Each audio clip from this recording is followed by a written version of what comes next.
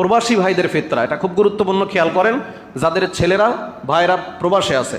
প্রবাসী ভাইদের ফিতরা কিভাবে আদায় করবেন? আমেরিকাতে আছে বা সৌদি আরবে আছে, কুয়েত, কাতার, দুবাইতে আছে, যেই দেশে খুব একটা গরিব মানুষ খুঁজে পাওয়া যায় না, তাহলে উনি কি করবেন? ওনার ফিতরা, প্রথম কথা, 1 নম্বর কথা হলো, যে এলাকাতে থাকেন তিনি তার ওই এলাকাতেই ফিতরা আদায় করবেন, ওই এলাকার নিয়মে।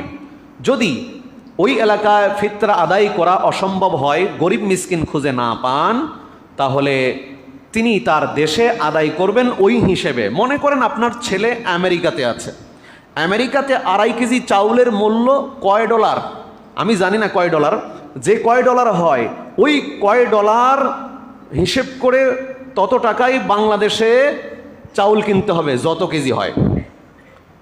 সৌদি আরবে 2.5 কেজি চাউলের মূল্য কত রিয়াল হয়, ওই কয় রিয়ালের মূল্য কত টাকা, তত টাকা দিয়েই বাংলাদেশে চাউল কিনে বাংলাদেশে দেওয়া যাবে, সমস্যা নেই।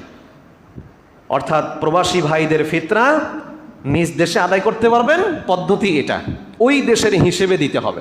সম্মানিত উপস্থিতি, বিষয়টা আশা করি বুঝতে পেরেছেন।